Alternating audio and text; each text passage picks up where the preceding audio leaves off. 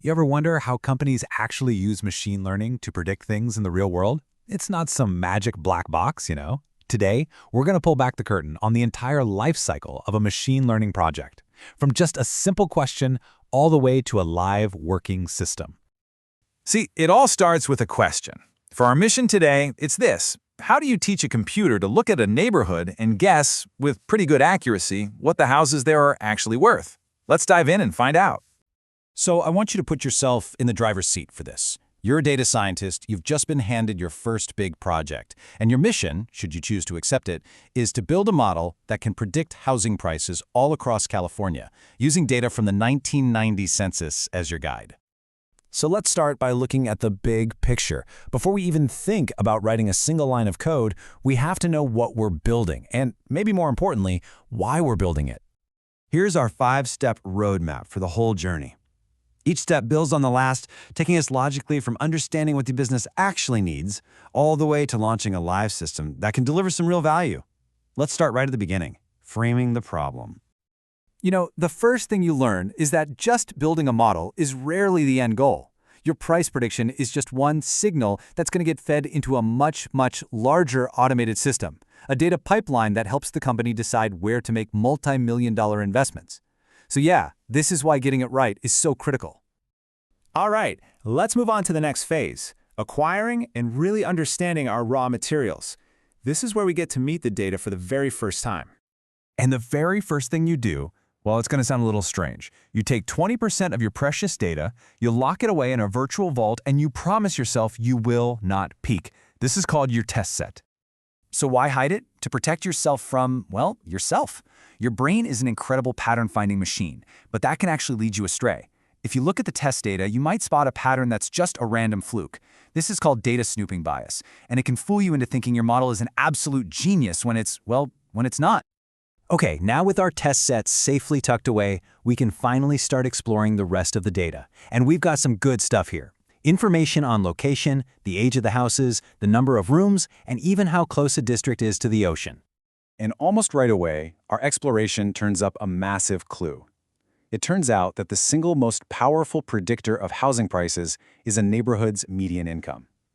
Just finding this one thing gives our whole project a really powerful starting point. Now we've got to get this data ready for our algorithm. See, machines don't see the world the way we do, so we need to translate all this messy, human-centric data into the clean, numerical language that they can actually understand. This slide shows the perfect before and after of our data. We're tackling two main problems here. First, we've got missing data, like the total underscored bedrooms for 207 districts. No problem, we can just fill that gap with the median value. Second, machines need numbers, not text. So for a category like near bay, we use a technique called one-hot encoding to turn it into a simple 1 or 0 that the model can understand.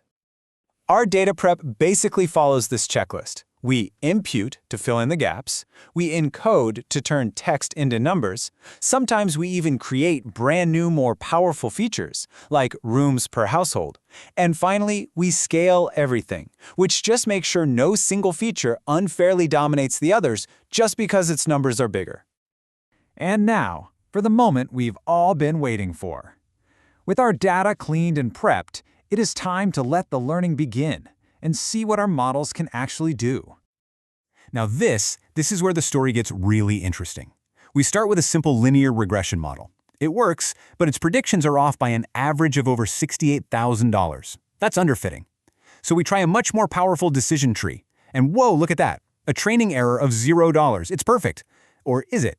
When we test it on data it's never seen, the error is huge. It's overfitting. It basically just memorized a training data instead of learning the real patterns. So the sweet spot ends up being a model called a random forest. Think of it like a committee of many different decision trees that all vote on the final answer. It's powerful, but it's much better at generalizing to new data. Its error is around $47,000. It's not perfect, but it's a huge improvement and a really solid candidate to be our champion model. Okay, we found our champion model, but our work is definitely not over. A model that's just sitting on a laptop is pretty useless. Now we have to bring it to life and actually put it into production. This brings us to one of the most important lessons in machine learning, period. A project isn't finished when the model is built.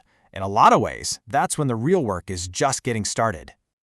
The final life cycle involves 3 absolutely critical steps. First, we launch the model, usually as a web service that other applications can call.